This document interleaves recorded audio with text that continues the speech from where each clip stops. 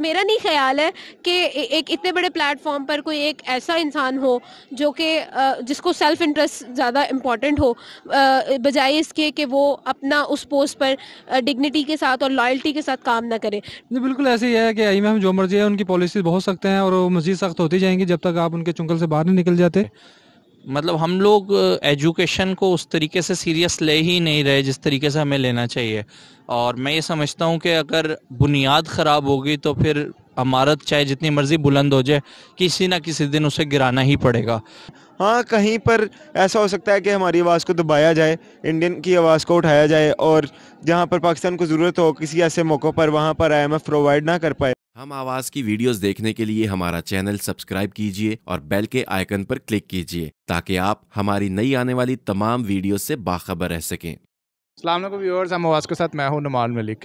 Viewers, आज हम बात करेंगे आईएमएफ के ऊपर। आईएमएफ में एक इंडियन फीमेल लेडी को अपॉइंट किया जा रहा है आईएमएफ की सेकंड पावरफुल सीट के ऊपर, जिनका नाम गीता गुप्ता है। पाकिस्तानी लोगों से ये जानने की कोशिश करेंगे कि उनकी अपॉइंटमेंट से पाकिस्तान की इकॉनमी पे कोई इफेक्ट आएगा, कहीं वो बाई स्ट्रोक के काम तो नहीं करेंगी या वो प्रोफेशनली काम करेंगी। आइए लोगों के कमेंट्स लेते हैं और लोगों से जानने की कोशिश करते हैं कि उनके आने से पाकिस्तान की इकॉनमी पे क्या इफेक्ट आएगा। एग्जैक्टली उन्होंने इतना हार्ड वर्क किया होगा उस सीट के लिए। अगर आईएमएफ भी कोई छोटा इदारा तो नहीं है, एक पूरी दुनिया को डील करता है आईएमएफ, तो उन्होंने उनमें कुछ देखा होगा, वो स्किल्स देखे होंगे और उनका हार्ड वर्क इतना होगा कि वो स्टेज तक आई हैं। तो पाकिस्तान की रही बात, तो आईएमएफ सबसे ज़्यादा डील पाकिस्तान को ही करता है, तो पाकिस्तान के लिए पॉजिटिव हो भी सकता है और नहीं भी हो सकता।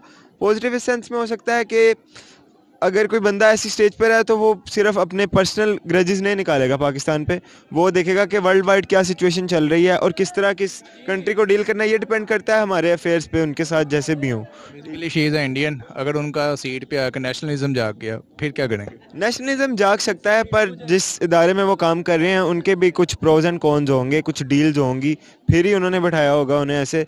तो नेशनलिज्म उनके अंदर ज़रूर होगा, पर वो एक्सप्रेस किसी को डिग्रेड करने के लिए या हमारी कंट्री को डिग्रेड करने के लिए आई डोंट थिंक सो कि वो करेंगे, क्योंकि एक इतने बड़े ओहदे पर बंदा हो तो वो सोचता है। हाँ, कहीं पर ऐसा हो सकता है कि हमारी आवाज़ को दबाया जाए, इंडियन की आवाज़ को उठाया जाए, और जहाँ पर पाकिस्तान को ज़रूरत हो किसी ऐसे मौक़ों पर वहाँ पर आईएमएफ प्रोवाइड ना कर पाए।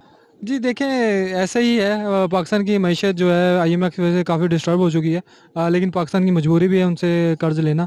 और गीता गुप्ता है या जो भी है इंडिया से है, जहाँ से भी आएगा, देखिए उनकी जो पॉलिसीज़ हैं वो बहुत स्ट्रॉन्ग है, और वो जिस मुल्क जो मुल्क भी उनसे जो कर्ज लेता है वो उसको काफ़ी डिस्टर्ब कर देते हैं। आप उसका इल्ज़ाम से गीता गुप्ता पे लगा दें या किसी और पे लगाएं।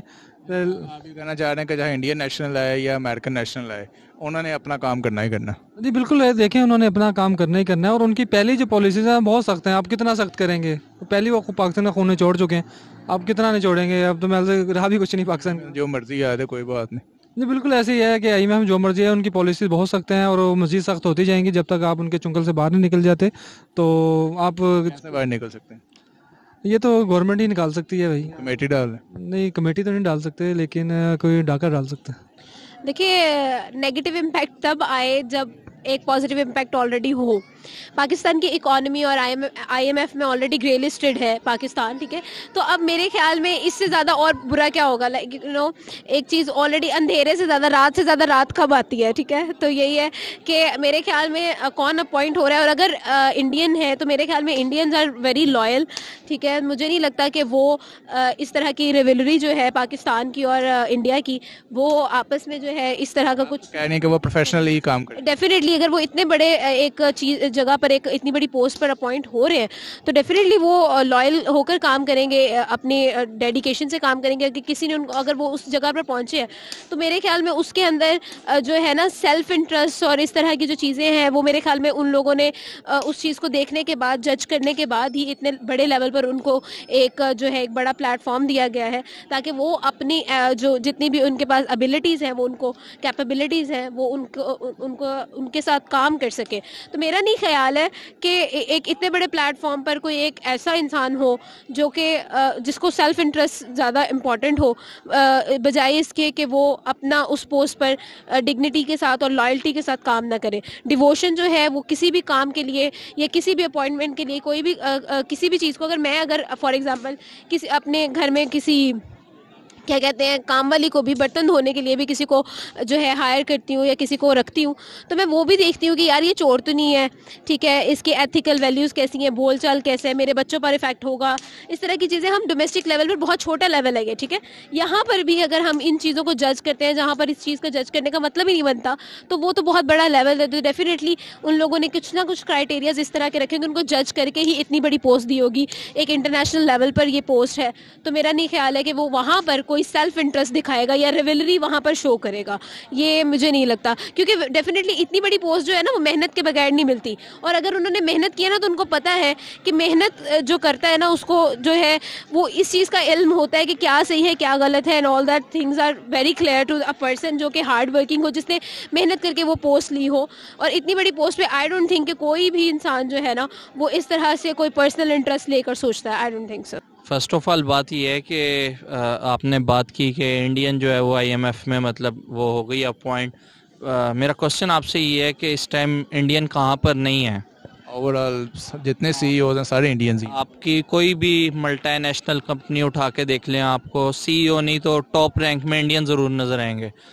मतलब हम लोग एजुकेशन को उस तरीके से सीरियस ले ही नहीं रहे जिस तरीके से हमें लेना चाहिए।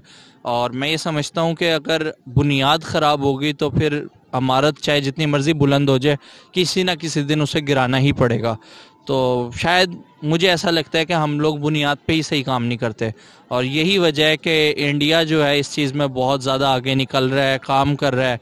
और ये यकीनन उन्होंने आज से कोई 10 साल पहले ये चीज़ सोची होगी जो आज वो डिफरेंट कंपनीज़ के अंदर मतलब टॉप पोजीशन के ऊपर। मेरी सोच तो यही है कि किसी को नहीं उसको आना चाहिए अभी।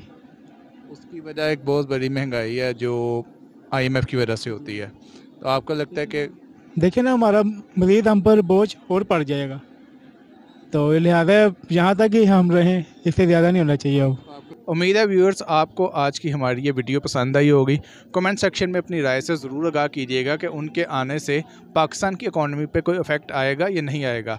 अपने मेज़बान नुमान मलिक को हम आवाज़ के साथ इजाज़त दीजिएगा और चैनल को सब्सक्राइब करना मत भूलिएगा। अल्लाह हाफिज़।